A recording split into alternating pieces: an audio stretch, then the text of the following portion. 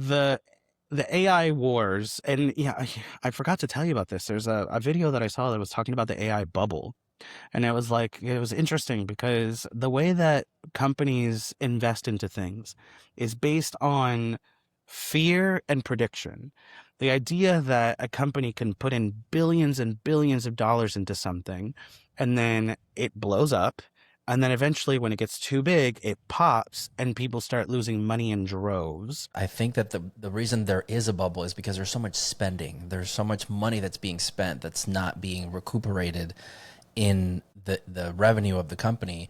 When they're buying all this hardware, they're buying all the CPU, their GPUs, and the RAM, and they're literally sucking up all of the hardware to build these massive data centers.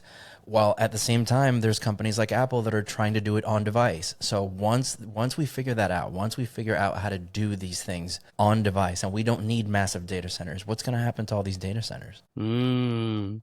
Do you think that Right? we'll ever get to that on device, though? I think so. I think so. I think we're Yeah. close now. I think that the thing that's holding us back, because we already have NPUs, which are neural processing units on all of these devices that can do all of this stuff on device. I think the problem is holding the models. The models themselves are so massive. They're like gigabytes and terabytes of data that the models need to function. But I think if we can figure that out, I think if we can solve that, if we can make these models smaller to fit on, you know, a cell phone, I think we will be able to do it on device, honestly. Okay. I mean, I don't doubt that you're right. And I doubt I guess like my vision for it is not necessarily that it's I think that there's this weird sort of emphasis on technology that we are currently available. Like right now, this whole GPU RAM shortage Hmm. is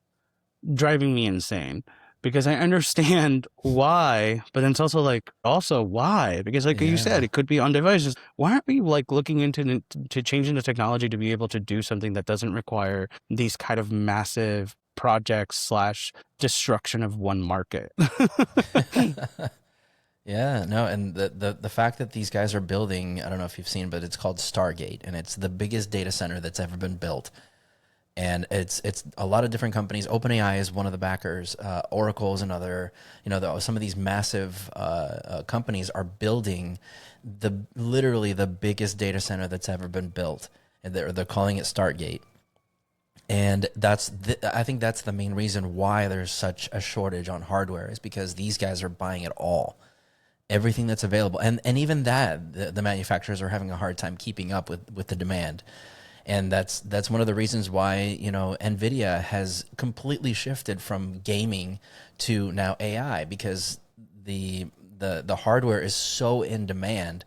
And these companies don't care, right? Like they know that the future is going to be on device, but they don't care, like, because these companies are just on a massive spending spree, and it's quick cash, right?